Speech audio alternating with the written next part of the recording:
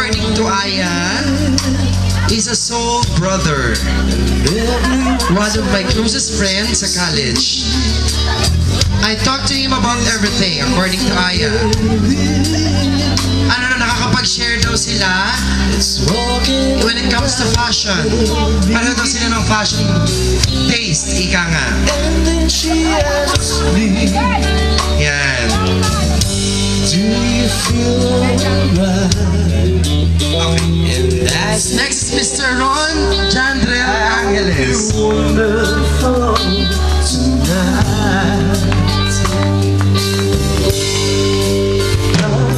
Si Ron ay seatmate ni Aya. Super bait daw. Lagi kakwentuhan kapag ayaw makinig sa klase.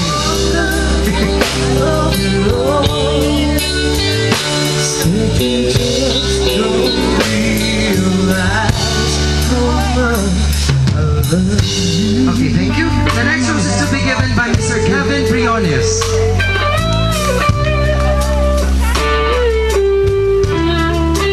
So si Kevin, my best friend, guy. Chop ang tawag ni Aya dito. Chop, love ko.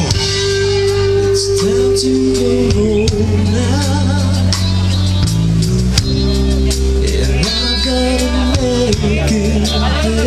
Okay, after Chop is Mr. Rafael Mojares.